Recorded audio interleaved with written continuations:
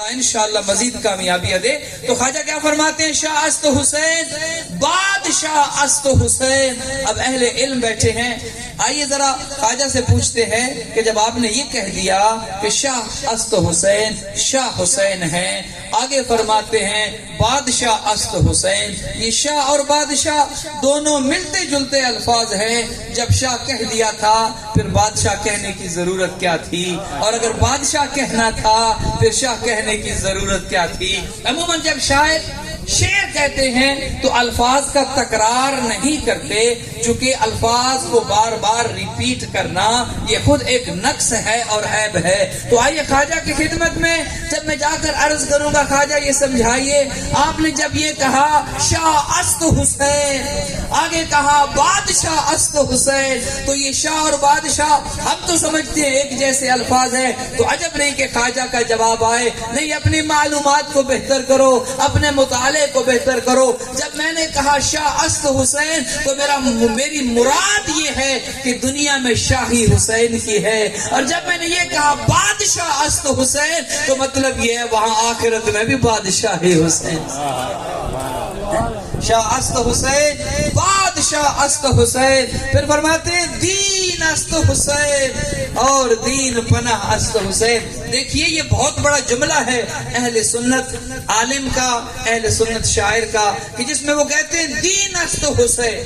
اچھا یہ سمجھیے، ایک چیز ہوتی ہے دیندار ہونا، ایک چیز ہوتی ہے خود دین۔ اب مسلمان جتنا نیک ہو جائے، جتنی نمازیں پڑھنے والا ہو جائے، جتنا عبادت گزار ہو جائے، جتنا اسے کمال مل جائے، جتنی اسے ترقی مل جائے، وہ بہت بڑا متقی بن جائے، آپ اسے کہیں گے یہ دیندار ہے۔ تو پتہ چلا دیندار انسان کے دین پر چلنے کے کمال کا نام ہے۔ جب کوئی دین پر چلتے چلتے کمال حاصل کرتا ہے تو وہ دیندار بن جاتا ہے۔ تو ابھی تو خواجہ نے کہا نہیں دین است حسین، دین پناہ است حسین، ساری دنیا دین پر چل کر دیندار بنتی ہے، دنیا والوں دین است حسین۔ حسین تو خود دین محمد مصطفیٰ، حسین خود دین ہے۔ یعنی دیکھیے یہ گھرانہ بھی کتنا کمال کا گھرانہ ہے، اللہ نے اس خاندان کو کتنی عظمتیں دی ہیں، دنیا دین پر چل کر دیندار بنتی ہے۔ حسین خود دین ہے، دنیا ایمان کی دولت کو دل میں لا کر مومن بنتی ہے، اور حسین کے بابا کل ایمان ہے۔ حسین ہے تو دین ہے، اور علی حیدر کرار ہے تو کل ایمان ہے۔ پیغمبر نے کہا تھا نا جنگ احد میں، کیا کہا تھا؟ علی ابن ابی طالب کی شان بیان کی، اور پھر جنگ احزاب میں، جنگ خندق میں بھی مولا کی شان بیان کی، اور جنگ خندق میں تو یہاں تک کہہ دیا برز الایمان کل الی الکفر کل، کل کا کل ایمان کل کے کل کفر کے مقابلے میں جا رہا ہے۔ پتہ چلا دنیا ایمان کو دل میں لا کر مومن بنتی ہے، کل ایمان اگر کوئی ہے تو علی حیدر کرار۔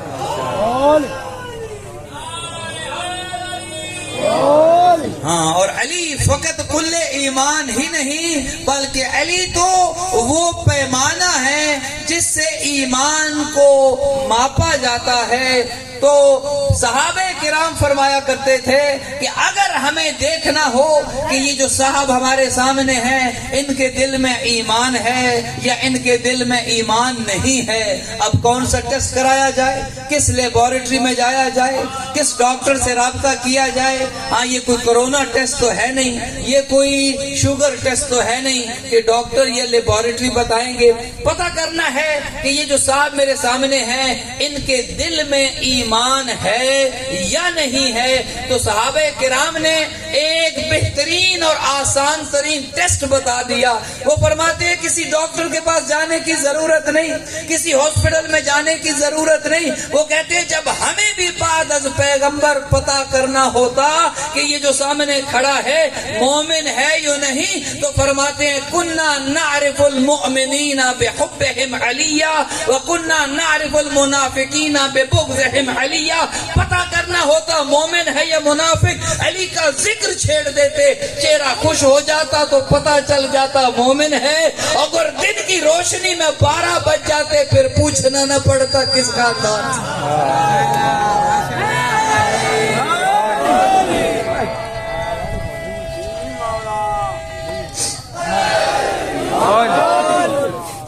خاندان وہ ہے، کل دین ہے تو یہ، کل ایمان ہے تو یہ۔ اور آپ کو وہ یاد کرا دوں، ماشاءاللہ حدیث قصہ آپ سب پڑھتے ہیں کہ جب حدیث قصہ میں یہ گھرانہ اس چادر کے نیچے آ گیا اور اللہ سبحانہ و تعالی ذاکر بنتا ہے، ذکر کرتا ہے ان کا جو چادر کے نیچے آئے۔ ان میں کون ہیں؟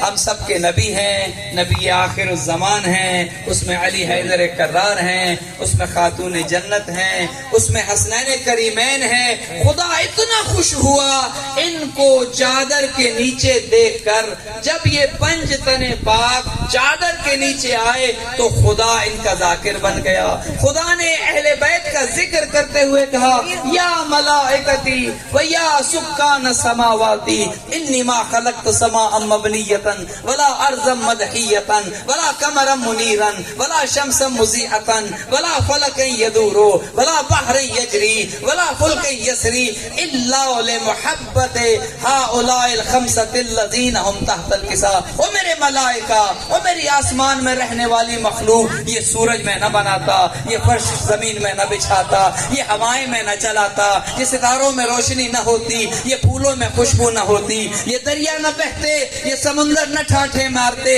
یہ کائنات کا پورا نظام میں نہ بناتا اگر ان کو نہ بناتا جو پنج تن پاک چادر کے نیچے ہیں۔ گویا سارا نظام کائنات میں نے ان کی محبت میں بنایا ہے، میں نے ان کے لیے بنایا ہے، میں نے اپنے حبیب کے لیے بنایا ہے۔ اور پھر حدیث قدسی میں ارشاد فرماتا ہے، لولا کا لما خلقت الافلاک، اے حبیب آپ نہ ہوتے کائنات کی کوئی چیز نہ ہوتی۔ پھر کہتا ہے لولا علی لما خلقتک، اے حبیب تو آپ بھی نہ ہوتے۔ پھر فرماتا ہے لولا فاطمہ لما خلقتکما، اے حبیب اگر فاطمہ نہ ہوتی نہ آپ ہوتے نہ علی ہوتے۔ گویا پتہ چلا کائنات بنی ہے تو نور سیدہ کے صدقے میں، یہ نظام کائنات ہے خاتون جنت کے صدقے میں، اور ان کے صدقے میں پھر آگے نظام چلا، حسن و حسین ہمیں ملے۔ تو یہ گھرانہ وہ ہے کہ اللہ ان کی عظمتیں بیان کرتا نظر آتا ہے۔ تو جبرائیل امین جب آئے تھے اور آ کر پوچھا تھا، اے اللہ سبحانہ و تعالی یا رب ومن تحت الکساء، یہ ہیں کون جو چادر کے نیچے ہیں؟ آیا کیا جبرائیل کو پتا نہیں تھا؟ وہ جبرائیل جو ہر روز اس دروازے پہ آتا ہے، کبھی درزی بن کے آتا ہے، کبھی روٹیاں لینے آتا ہے، کبھی جھولا جھلانے آتا ہے، تو کیا جبرائیل کو نہیں پتا تھا یہ گھرانے والے کون ہیں، یہ چادر کے نیچے کون ہیں؟ ہاں جبرائیل جانتے تو تھے، لیکن جبرائیل یہ سمجھ رہے تھے کہ اللہ کی زبان سے جب پتا چل جائے اور یہ بات دنیا والوں تک پہنچ جائے اور دنیا والوں کو پتا چلے کہ یہ گھرانہ کون ہے، یہ کون ہے جو چادر کے نیچے ہیں، تو جب جبرائیل امین نے پوچھا تھا یا رب ومن تحت الکساء، اے اللہ یہ چادر کے نیچے ہیں کون، تو اللہ سبحانہ و تعالی نے اس گھرانے کا تعارف فرمایا، اور اللہ سبحانہ و تعالی یہ ارشاد فرماتا نظر آتا ہے، ہم فاطمہ و ابوہا و بالہا و بنوہا۔ گویا اللہ سبحانہ و تعالی نے تعارف کا جو انداز اپنایا، آپ بھی دیکھتے ہیں، ہم بھی اپنے گھروں کا تعارف کراتے ہیں۔ اگر پوچھا جائے یہ کون ہے تو آپ گھر کے سربراہ کا نام لیں گے، یہ فلاں صاحب ہیں، یہ ان کے بیٹے ہیں، یہ ان کے بھائی ہیں، یہ ان کی زوجہ ہیں، یہ ان کی بیٹیاں ہیں۔ تو پتہ چلا جب تعارف کرایا جائے تو تعارف گھر کے سربراہ سے کرایا جاتا ہے۔ یہاں پر جبرائیل پوچھتے ہیں اے اللہ یہ چادر کے نیچے ہیں کون، تو چاہیے تو یہ تھا، ظاہراً تو یہ چاہیے تھا، اللہ ارشاد فرماتا یہاں میرا نبی ہے، میرے نبی کا بھائی ہے، میرے نبی کی بیٹی ہے، میرے نبی کے نواسے ہیں، لیکن اللہ سبحانہ و تعالیٰ نے تعارف کا انداز بدل دیا۔ یہ نہیں کہا محمد مصطفیٰ ہیں، علی مرتضیٰ ہیں، خاتون جنت ہیں، حسنین کریمین ہیں، بلکہ جبرائیل کے پوچھنے پر یا رب ومن تحت الکساء، اے اللہ چادر کے نیچے ہیں کون، تو اللہ سبحانہ و تعالیٰ نے مرکز تعارف جسے قرار دیا وہ خاتون جنت تھی۔ فرمایا ہم فاطمہ، تو چادر کے نیچے فاطمہ ہیں، وہ ابوہا ان کے بابا ہیں، وہ بالہا فاطمہ کے شوہر ہیں، وہ بنوہا فاطمہ کے بیٹے ہیں۔ گویا اللہ سبحانہ و تعالیٰ نے جبرائیل کے ذریعے بتا دیا کہ پیغمبر سے رشتہ داری اہل بیت کا رتبہ نہیں دیتی، بلکہ رتبہ اہل بیت کا ملتا ہے، فاطمہ سے کیا رشتہ داری۔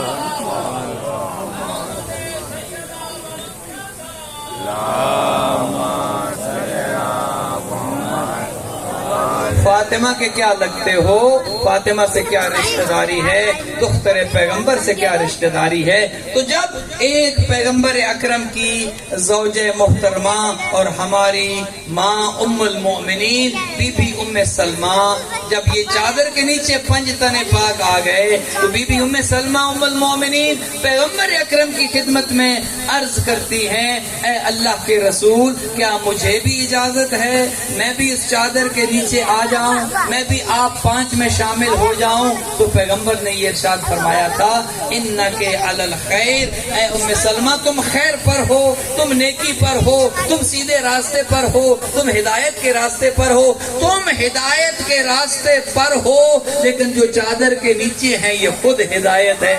تم خیر پر ہو، یہ جو چادر کے نیچے ہیں یہ خود خیر ہیں۔ گویا خیر پر ہونا اور ہے، خود خیر ہونا اور ہے، دین پر ہونا اور ہے، خود دین ہونا اور ہے، مومن ہونا اور ہے، اور کل ایمان ہونا اور۔ یہ شرف ملا تو اس گھرانے کو ملا، یہ عزت ملی تو اس خاندان کو ملی کہ جس میں پیغمبر نے کہا ان الحسین مصباح الہدی، یہ میرا بیٹا حسین ہدایت کا چراغ ہے۔ اب آپ مجھے سوچ کر بتائیں چراغ کا کام کیا ہوتا ہے؟ چراغ کا کام ہوتا ہے روشنی دینا، اور روشنی چور کو اچھی نہیں لگتی۔ چور جب بھی آئے گا تاریکی میں آئے گا، چور جب بھی آئے گا اندھیرے میں آئے گا، چور جب بھی آئے گا وہ انتظار کرے گا کہ چراغ گل ہو جائے تاکہ میں جا کر چوری کروں، ڈاکو کہے گا میں جا کر ڈاکہ ڈالوں۔ لیکن حسین ابن علی نے ایسا چراغ روشن کیا جو رہتی دنیا تک جو چاہے چور چوری کی غرض سے آئے، لیکن لا الہ الا اللہ کی بنیادوں کو حسین نے ایسا مضبوط کر دیا کہ کوئی وقت کا یزید اب نہ لا الہ الا اللہ کو مٹا سکتا ہے، نہ محمد الرسول اللہ کو مٹا سکتا ہے، نہ مزانوں میں اور مسجدوں میں سے علی ولی اللہ کی آوازیں مٹا سکتا۔ ہاں، یہ حسین ابن علی کا کرم ہے۔ تبھی تو خواجہ نے کہا تھا شاہ است حسین، بادشاہ است حسین۔ کیا مطلب؟ دنیا میں شاہی حسین کی ہے، آخرت میں بادشاہی حسین کی ہے۔ پھر فرمایا دین است حسین، دنیا دیندار ہے، حسین خود دین ہے۔ دنیا دین پر چلتی ہے، حسین خود دین ہے۔ اور پھر فرماتے ہیں دین پناہ است حسین، جب دین پر بھی حملے ہوئے تو کوئی ایسا نہ تھا کہ جو دین کی پناہ گاہ بنتا، جو دین کو کہتا میں اپنا گھر لٹا دوں گا، میں اپنا سب کچھ قربان کر دوں گا، لیکن اللہ کے دین تجھے قیامت تک کے لیے کوئی نقصان نہ پہنچا سکے گا۔ تو خواجہ فرماتے ہیں دین است حسین، دین پناہ است حسین۔ اور اگلا جملہ تو کیا کمال کا ہے، فرماتے ہیں سرداد ندا دست در دست یزید حقا کے بنا لا الہ است حسین، کہ یزید یہ چاہتا تھا حسین سے بیعت لے لے، حسین سے ہاتھ لے لے، حسین اپنا ہاتھ بیعت کے لیے آگے بڑھا دے۔ تو خواجہ کہتے ہیں سرداد حسین نے سر تو دے دیا، ندا دست ہاتھ نہیں دیا، بیعت نہیں کی۔ یزید چاہتا تھا وہ سر جھک جائے، حسین نے وہ سر جھکایا نہیں، کٹا تو دیا، اور کٹا کے بھی وہ سر جھکا نہیں، نو کے نیزہ پہ بلند نظر آتا۔ کیا عظیم ہے یہ سر جو کٹنے کے باوجود بھی جھکتا نظر نہیں آتا، جو کٹ کر بھی بلند رہتا ہے۔ تو خواجہ کہتے ہیں سر داد نہ داد دست در دست یزید، اور پھر کہتے ہیں حقا کے بنا لا الہ است حسین۔ کہتے ہیں حقیقت تو یہ ہے، اہل سنت کا عقیدہ بتا رہا ہوں، خواجہ معین الدین چشتی اجمیری کہتے ہیں حقیقت تو یہ ہے حقا کے بنا لا الہ است حسین، کہ لا الہ الا اللہ کی بنیاد حسین ابن علی ہے۔ یہ بہت بڑا جملہ ہے، لا الہ الا اللہ کی بنیاد کیا ہے؟ وہ شجر سے جو لا الہ الا اللہ کا شجر ہے اس کی بنیادوں میں خون کس کا ہے؟ حسین ابن علی کا۔ آج اگر مسجدوں میں اذانیں ہیں تو کس کے مرہون منت ہیں؟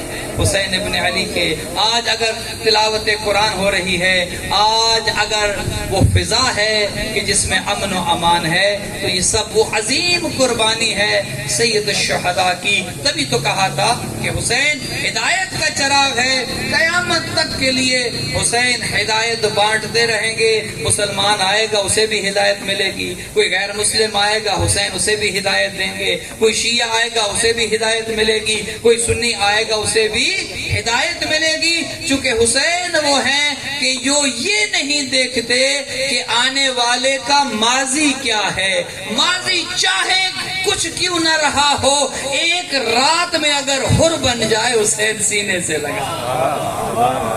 ہاں حسین وہ کیا کہتے ہیں کہ حیثیت نہیں دیکھتے، نیت دیکھتے ہیں۔ یہ وہ گھرانہ ہے کہ جس سے محبت کے علاوہ بھائیوں کوئی چارہ نہیں ہے۔ نبی یہ رحمت یہ بتا گئے ہیں، اور اللہ کے نبی نے جو ہم سب کے آقا ہیں، ہم سب کے مولا ہیں، اور انہی کی ہم امت ہیں، کسی مذہب و مکتب سے تعلق کیوں نہ ہو، لیکن جب نبوت کی چھتری کے نیچے ہم آتے ہیں ہم سب ایک ہو جاتے ہیں، تفرقے ختم ہو جاتے ہیں، اور اختلافات فروعی اختلافات اپنی جگہ پر، بنیادی چیزیں منفعت ایک ہے، اس قوم کی نقصان بھی ایک۔ اللہ اکبر۔ شاعر نے کیا کہا کہ یہ فائدہ اور نقصان سب کا ایک ہے، ایک ہی سب کا نبی اور قرآن بھی ایک، تو یہ سب چیزیں جب ایک ہیں کاش کے ہوتے مسلمان بھی ایک، ہاں کاش کے یہ کلمہ پڑھنے والے بھی ایک ہو جاتے۔ تو حسین کی چھتری وہ ہے کہ جس کے نیچے سب ایک ہیں۔ حسین نے تمام اختلافات کو مٹا کر صرف ایک شناخت دی ہے، اور وہ شناخت یہ ہے کہ بتاؤ تمہارا تعلق کس قبیلے سے ہے، تمہارا تعلق لشکر حسین سے ہے یا تمہارا تعلق لشکر یزید سے ہے، کس کے کیمپ میں ہو، کس کے خیمے میں ہو، کس کے لشکر میں ہو۔ لہذا عقیدہ کوئی کیوں نہ ہو، جو لشکر حسین میں ہے حسین اس کو ہدایت دے رہے ہیں۔ اور یہ گھرانہ وہ ہے حسین ابن علی جس گھرانے کے ایک فرد ہیں، ایک نورانی حیثیت ہیں۔ امام شافعی اہل سنت کے امام ہیں، وہ یہ فرماتے نظر آتے ہیں کہ یا آل بیت رسول اللہ حبکم فرض من القرآن انزلہ یکفیکم من عظیم القدر انکم من لم یصلی علیکم لا صلاۃ لہ۔ امام اہل سنت امام شافعی یہ ارشاد فرماتے ہیں، اے اہل بیت رسول آپ کی شان میں کوئی کیا عرض کرے، آپ کی فضیلتیں تو قرآن میں موجود ہیں۔ امام اہل سنت امام شافعی کہتے ہیں، اے اللہ کے رسول کی آل، آپ کے فضائل کے قصیدے تو قرآن میں موجود ہیں۔ اور امام اہل سنت امام شافعی کہتے ہیں کہ میرا عقیدہ یہ ہے، بلکہ شریعت مصطفیٰ یہ ہے، اے اہل بیت آپ کے سارے فضائل اپنی جگہ پر، لیکن ایک فضیلت کہ جس کا کوئی انکار نہیں کر سکتا، من لم یصلی علیکم لا صلاۃ لہ۔ شیعہ ہو یا سنی، دیوبندی ہو یا بریلوی، اہل حدیث ہو یا کوئی کیوں نہ ہو، آپ پر نماز میں درود نہ پڑے خدا نماز قبول نہیں۔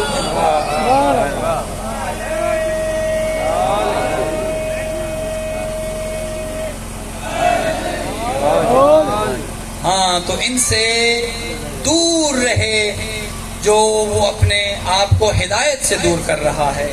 جو اہل بیت سے دور ہے وہ ہدایت سے دور ہے، اور جو اہل بیت کے قریب ہے اسے اتنی ہی ہدایت ملتی ہے، اسے اتنی ہی نورانیت ملتی ہے، چونکہ ان کی محبت وہ مرکز ہے کہ جس کے بغیر نہ دنیا میں گزارا ہے نہ آخرت میں گزارا ہے۔ میں اکثر یہ عرض کرتا ہوں کتنا کریم ہے یہ گھرانہ کہ جنہوں نے ہمیں در در کی ٹھوکروں سے بچا لیا ہے، اور ایک در پر جھکا کر ہمیں آل محمد کا غلام بنا لیا ہے۔ بہت بڑا نام حاتم طائی آپ نے سنا ہے، ان کی فضیلت کیا تھی؟ مسلمان نہیں تھا لیکن بہت بڑا سخی تھا حاتم طائی۔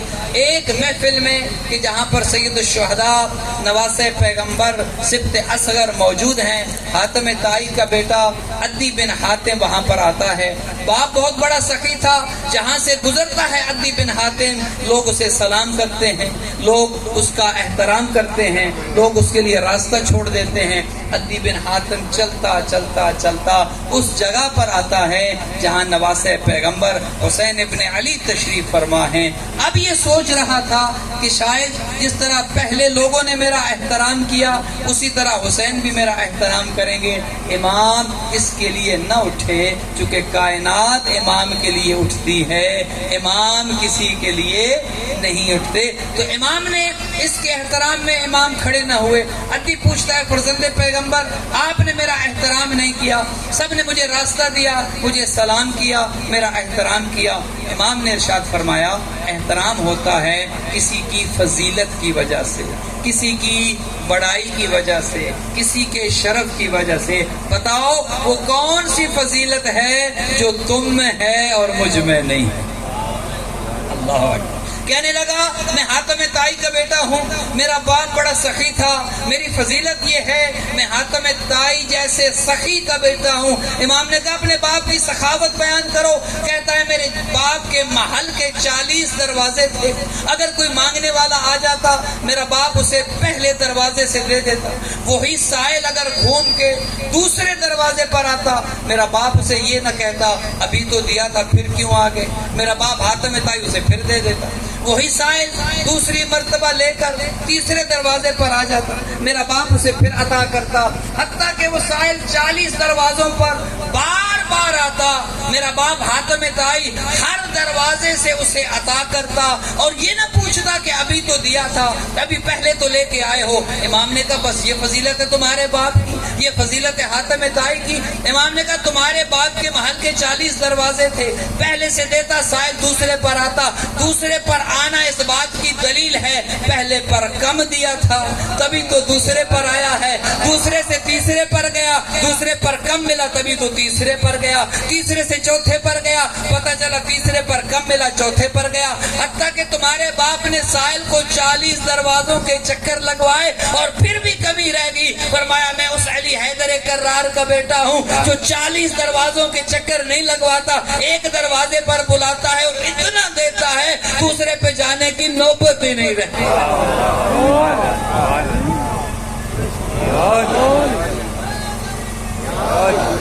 میں اس باپ کا بیٹا ہوں جو ایک دروازے پر بلاتا ہے. ہدایت چاہیے تو یہاں سے ملے گی، عزتیں چاہیے تو یہاں سے ملیں گی. دنیا والے اپنے دروازے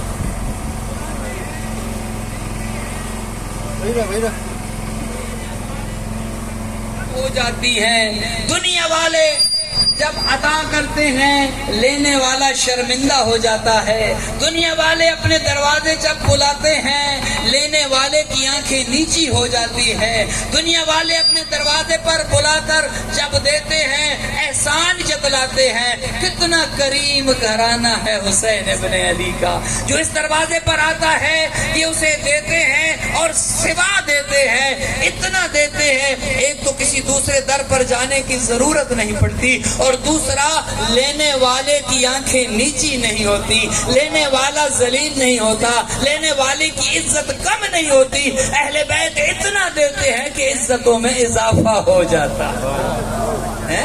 یہ حسین ابن علی ہیں جو دیتے ہیں عزتوں میں اضافہ کر دیتے ہیں. لینے والا کہتا ہے میں حسین کے در کا گدا ہوں، لینے والا فخر سے بتاتا ہے مجھے حسین نے عطا کیا ہے. لینے والا فخر سے سر بلند کر کے کہتا ہے مجھے عزتیں حسین نے دی ہیں، مجھے شرف حسین نے دیا ہے.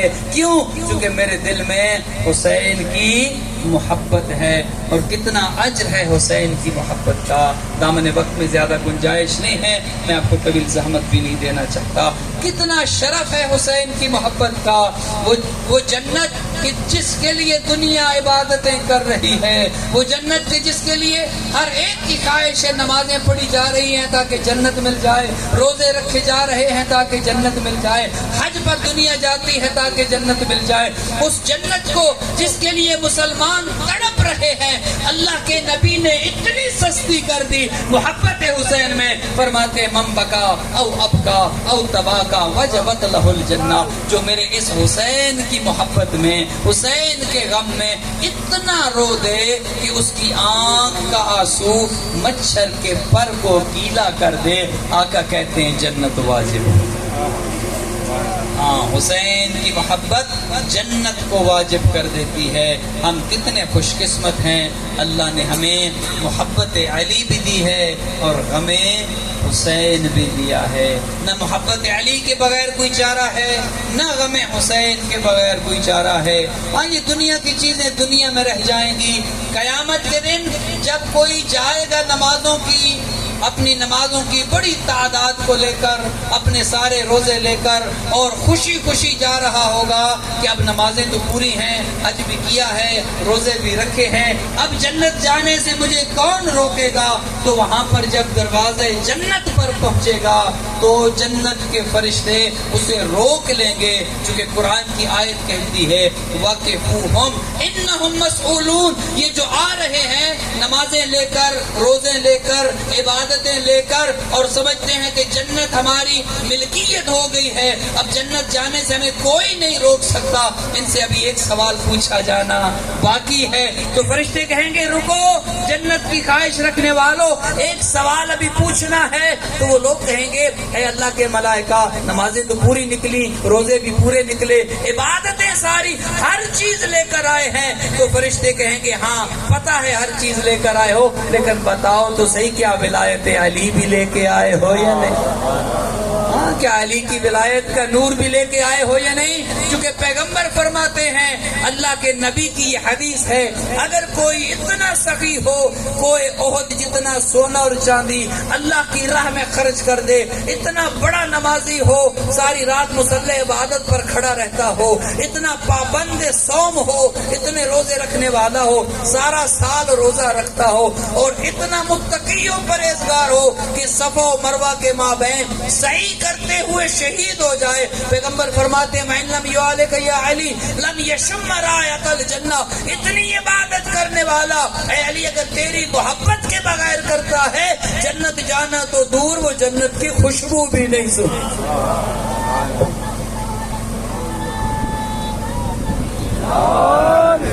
ہاں، علی کی محبت کے بغیر جنت جانا تو دور، جنت کی خوشبو بھی میلوں دور ہو جائے گی، جنت کی خوشبو بھی کوئی نہیں سونگھ سکے گا۔ جہاں محبت علی ہو تو جنت ملتی ہے، وہیں دل میں غم حسین ہو تو جنت ملتی ہے۔ جو جنت کے جوانوں کے سردار ہوں، جو جنت کے مالک ہوں، ان سے بغض ہو اور اس جنت میں جانے کی خواہش ہو، یہ بات سمجھ نہیں آتی۔ ہاں نہیں، دل کو کربلا بنا لے تو جنت چلا جائے گا، دل میں غم حسین آ جائے تو جنت چلا جائے گا، چونکہ حسین کی قربانی اتنی بڑی ہے، حسین کا امتحان اتنا بڑا ہے۔ جو امتحان حسین ابن علی نے دیا، کوئی نبی وہ امتحان نہ دے سکا، آدم سے لے کر حضرت عیسیٰ تک، اور حتیٰ کہ ختم النبیین بھی ان آزمائشوں میں سے نہیں گزرے جو کربلا میں آزمائش تھی۔ اور کیا امتحان تھا کربلا والوں کا، جسے پیاس بہت لگتی تھی اللہ نے امتحان بھی پیاس کا لیا، جسے حیا بہت آتی تھی اللہ نے امتحان بھی پردے کا لیا، اور جسے غیرت بہت آتی تھی اللہ نے امتحان بھی وہی لیا۔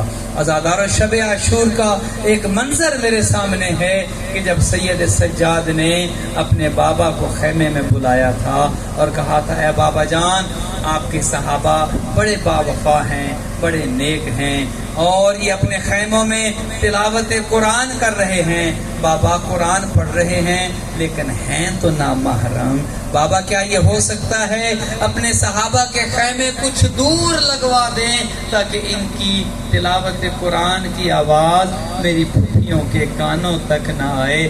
آقا نے یہ سنا اور تڑپ گئے تھے، کہا سجاد آج کی رات رہنے دے، کل سے تیرا انتظام ہوگا، جہاں چاہے گا لگواتے رہنا، کل ان میں کوئی نہ ہوگا۔ وہ غیور امام، لیکن روایت کہتی ہے جب 11 محرم کو بیٹے کو اس حال میں بابا کے لاشے کے پاس سے گزارا گیا کہ ہاتھ تھے تو ہتھ کڑیاں تھیں، پاؤں میں بیڑیاں تھیں، کمر میں لنگر تھا، دعا کرو کوئی جوان بیٹا اپنے بوڑھے باپ کا جنازہ ایسے نہ دیکھے کہ اس کو نہ غسل و کفن دے سکے نہ اسے دفن کر سکے اور یہ کہتا ہوا گزر جائے بابا مجھے معاف کر دینا، سجاد کی بڑی مجبوری ہے، بابا آپ کا لاشا کربلا کی زمین پر ایسے چھوڑ کے نہ جاتا اگر میرے ہاتھوں میں ہتھکڑیاں نہ ہوتی۔ یہ تو بیٹا تھا۔ اور ایک منظر بہن کا بھی منظر ہے، وہ بہن جو بھائی کے چہرے کی عاشق تھی، وہ بہن کی جس نے نکاح میں شرط رکھوائی تھی، بابا علی نکاح میں شرط رکھیں میرا شوہر عبداللہ، میرا شوہر مجھے اجازت دے گا، میں جب بھی حسین سے ملنے کی خواہش کروں گی میرا شوہر مجھے منع نہیں کرے گا۔ وہ بھائی کے چہرے کی عاشق بہن، روایت کہتی ہے 11 محرم کو جب ایسے اونٹ پر سوار ہوئی علی کی بیٹی جو بے پالان کے اونٹ تھا، ایک منظر تھا جب مدینہ سے چلی تھی علی کی بیٹی، سوار کرانے والے عباس تھے، علی اکبر تھے، قاسم تھے، آج کربلا سے 11 محرم کو روانہ ہو رہی تھی، سوار کرانے والا کوئی نہ تھا، ایک بیمار تھا جس کے ہاتھ بندھے تھے، علی کی بیٹی آج ہماری نہیں ہے، بے پالان اونٹ پر سوار ہوئی اور جب مقتل سے گزارا گیا اس اونٹ کو ہزادارو، روایت کہتی ہے بھائی کے چہرے کی عاشق بہن نے اپنے آپ کو کھڑے اونٹ سے گرا دیا، حسین کی لاشے پہ بی بی زینب گری، ہاتھوں پسے گردن بندھے تھے، مجھے نہیں خبر بندے ہاتھوں سے کیسے پتھر ہٹائے ہوں گے، لیکن جب پتھر ہٹا چکی لاش حسین سے علی کی بیٹی کو یہ پوچھنا پڑا انت الحسین، کیا تو حسین ہے، کیا تو میرا مانجایا حسین ہے، کیا تو زہرا کا لال حسین ہے، تیرا ایک بال ٹوٹ جاتا میری ماں سارا سارا دن گریا کرتی، آج عالم یہ ہے حسین کا لاشا ہے اور پتھروں کا ڈھیر ہے۔ پھر علی کی بیٹی نے مدینہ کی جانب رخ کیا، محمد کا کلمہ پڑھنے والوں بی بی زینب رخ مدینہ کی جانب کرتی ہے اور کہتی ہے یا جدہ صلی اللہ علیہ ملک السماء و نانا، آپ پر تو آسمان کے فرشتے درود بھیجتے ہیں، نانا ذرا مدینہ سے کربلا آ اور اپنے حسین کا یہ منظر دیکھ، ھذا حسین بالعرا، وہ یہ کربلا کی گرم ریت پر حسین کا لاشا پڑا ہے، نانا مسلوب الامامۃ والردا، حسین کا لباس بھی مسلمانوں نے لوٹ لیا، مقطع الاعضاء، حسین کے اعضاء بھی کاٹ لیے گئے، اور آخری جملہ تو وہ تھا نانا بناتوں کا سبایا، تیری بیٹیوں کو قیدی بنایا گیا، عزادارو یہ تو خطاب نانا سے کیا۔ پھر بھائی کے لاشے کو دیکھا علی کی بیٹی نے اور کہتی او میرے بھائی حسین تو بیمار ہوتا تیری بہن تیری شفا یابی کی دعائیں کرتی، یہ دعائیں کرتی کبھی تو شفا یاب ہو جائے گا، حسین تو مسافر ہوتا تیری بہن گھر واپسی کی دعائیں کرتی، لیکن اب اس دنیا میں چلے گئے، نہ زینب دعا کر سکتی ہے کہ واپس آئے، نہ زینب شفا یابی کی دعا کر سکتی ہے۔ الا لعنت اللہ علی القوم الظالمین وسیعلم الذین ظلموا ایم